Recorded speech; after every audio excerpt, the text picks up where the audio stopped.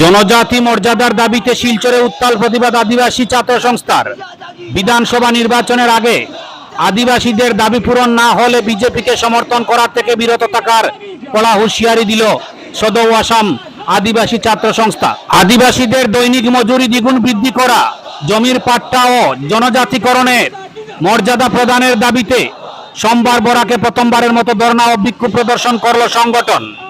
বিভিন্ন স্লোগানে উত্তাল করে তুলে সদৌ অসম আদিবাসী ছাত্র সংস্থার কর্মকর্তারা।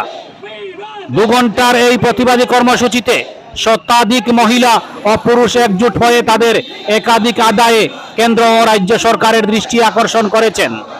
শিলচর ডাকবাংলা পয়েন্টে শহীদ ক্ষুদিরাম বসুর মূর্তির পাদদেশে জমায়েত হয়ে প্লেকার্ড ও ব্যানার হাতে নিয়ে বিক্ষোভ প্রদর্শনের মাধ্যমে এলাকার আকাশ বাতাস মুখরিত করে তুলেন সংস্থার কর্মকর্তারা। পরবর্তীতে সংস্থার তরফে জেলা প্রশাসক মারফত ভারতের গৃহমন্ত্রী অমিত শাহের উদ্দেশ্যে একটি স্মারকলিপি প্রদান করা হয়।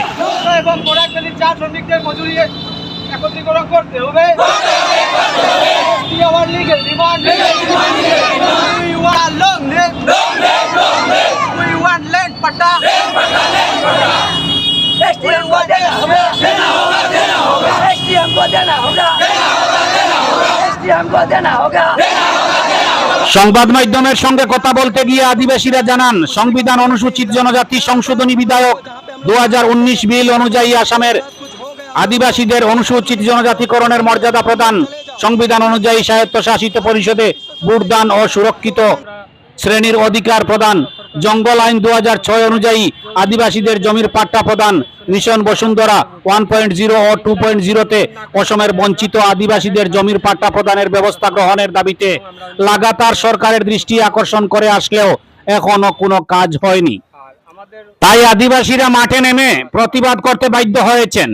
আগামী 2026-এ অনুষ্ঠিত হতে যাওয়া বিধানসভা নির্বাচনের আগে তাদের এই দাবি পূরণ না হলে আদিবাসী সমাজ বিজেপিকে সমর্থন করার থেকে বিরত থাকার কড়া হুঁশিয়ারি দিয়েছেন এবং নিজের অধিকার আদায়ে আগামীতে তারা প্রয়োজনে সমস্ত রাস্তাঘাট বন্ধ করে বৃহত্তর গণ আন্দোলন গড়ে তুলতে পিছপা হবেন না বলেও সরকারকে সতর্ক করেছেন সংস্থার কর্মকর্তারা। ব্যুরো রিপোর্ট, আমার সোনার কালীগঞ্জ। रह रहे, लेकिन आज तक हम लोगों को उस जगह का कुछ भी डॉक्यूमेंट नहीं मिला। कल अगर हम लोगों को जहाँ पे हम लोग काम करते हैं, अगर मैनेजर से साथ कुछ हो गया हम लोगों को, कल अगर मैनेजर हम लोगों को बोलेंगे तुम लोग चले जाओ, तो हम लोग कहाँ जाएंगे? आज हिमंत बिश्व शर्मा इतना अच्छा गवर्नमेंट लोग बोलते हैं, लेकिन बागान के लिए हिमंत बिश्व शर्मा ने क्या किया? हम आज यही अब लिख के डीसी मैम को ये सबमिट करेंगे कि हम लोगों को एसटी देने के लिए, क्योंकि हम यहाँ के आदिवासी के मूल निवासी है। लेकिन आज तक जो लोग बाहर से बांग्लादेश से भागते हुए आ रहे हैं उन लोगों को लैंड का पट्टा मिल गया, लेकिन हम लोग एसटी कैटेगरी से बिलोंग करते हैं, एससी कैटेगरी से बिलोंग करते हैं, लेकिन हम लोगों को आदिवासी नहीं बोल के बागानी बना के रख दिया है। यही हम लोग बोलना चाहते हैं कि हम लोग ओबीसी नहीं है, हम लोगों को एसटी और एससी चाहिए, हम लोगों का लैंड पट्टा चाहिए।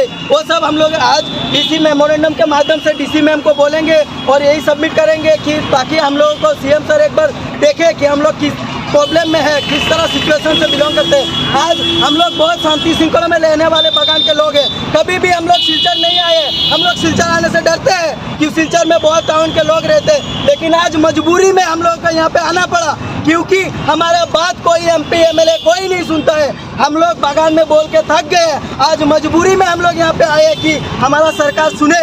और हिमंत सरकार के थ्रू मैं मोदी जी को बोलना चाहती हूँ, मोदी जी हम लोग इतना प्रॉब्लम में पढ़ाई लिखाई कर रहे हैं ताकि जॉब मिले, और हम लोगों का काट ऑफ जो जाता है ओबीसी जनरल में काट ऑफ जाता है, हम लोगों का प्रॉब्लम होता है, ताकि हम लोग को एसटी मिले, थोड़ा रिजर्वेशन मिले, तो हम लोगों का माँ बाप कितना प्रॉब्लम करके 200 में हम लोगों को पढ़ाता है, कॉलेज सिलचर आने में 200 लग जाता है, हम कैसे पढ़ेंगे? तो इसलिए मैं हाजिरा के बारे में बोलना चाहता हूँ, वहाँ पे जितना हाजिरा देता हो कम से कम उतना तो हम लोगों को दो।